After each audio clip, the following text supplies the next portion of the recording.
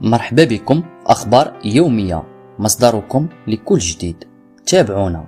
مع اقتراب عيد الأضحى المغاربة كاملين كيبداو يوجدوا لهذه المناسبة اللي عندها مكانة كبيرة في قلوبنا. العيد الكبير ماشي غير ذبح الأضحية، بل هو مناسبة دينية واجتماعية كتجمع العائلة وكتحيي قيم التضامن والتقاسم بين الناس. لكن في هذه السنوات الأخيرة بزاف ديال المغاربة ولا عندهم واحد التخوف كبير، واش غادي نقدروا نشريو الأضحية ولا الغلا غادي يكون عائق؟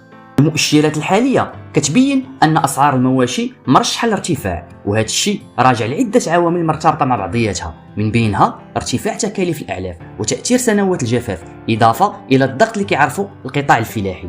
هاد العوامل كاملين خلات السوق يتأثر، وبالتالي الثمن النهائي اللي كيوصلك انت كمواطن ارتفع، خصوصا بالنسبة للأسر ذات الدخل المحدود مع مصاريف الحياة اليومية اللي ولات ثقيلة. في هاد الظروف كيبان ان عدد كبير من الاسر ولاو كيتعاملوا بحذر مع مصاريف العيد وكيحاولوا يحدوا ميزانيه معينه ما يفوتوهاش.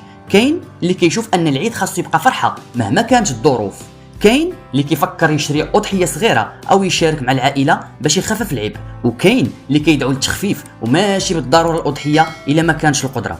وهذا الشيء كامل كيبين واحد التحول ملحوظ في العادات الاستهلاكيه ديال المغاربه، ماشي بحال السنوات اللي فاتت. ومن جهه اخرى خاصنا نرجعوا للعام اللي فات اللي كان فيه قرار مهم من طرف ملك البلاد، حيث تم الاعلان عن منع شعيره ذبح اضحيه العيد بشكل استثنائي بسبب تراجع عدد رؤوس الاغنام. هذا القرار جاء في واحد الظرفيه صعيبه وعكس حجم التحديات اللي كيعرفها قطاع تربيه المواشي في المغرب، واليوم كيبان ان هذا الاخير مازال ما تعافاش بالشكل اللي كنا كنتسناوه. وفي الأخير عيد الأضحى كيبقى مناسبة دينية مهمة، ولكن الظروف الاقتصادية كتفرض واقع جديد على الأسر المغربية، كما أن استمرار الغلاء كيدفع الأسر إلى إعادة ترتيب الأولويات والتركيز على الضروريات.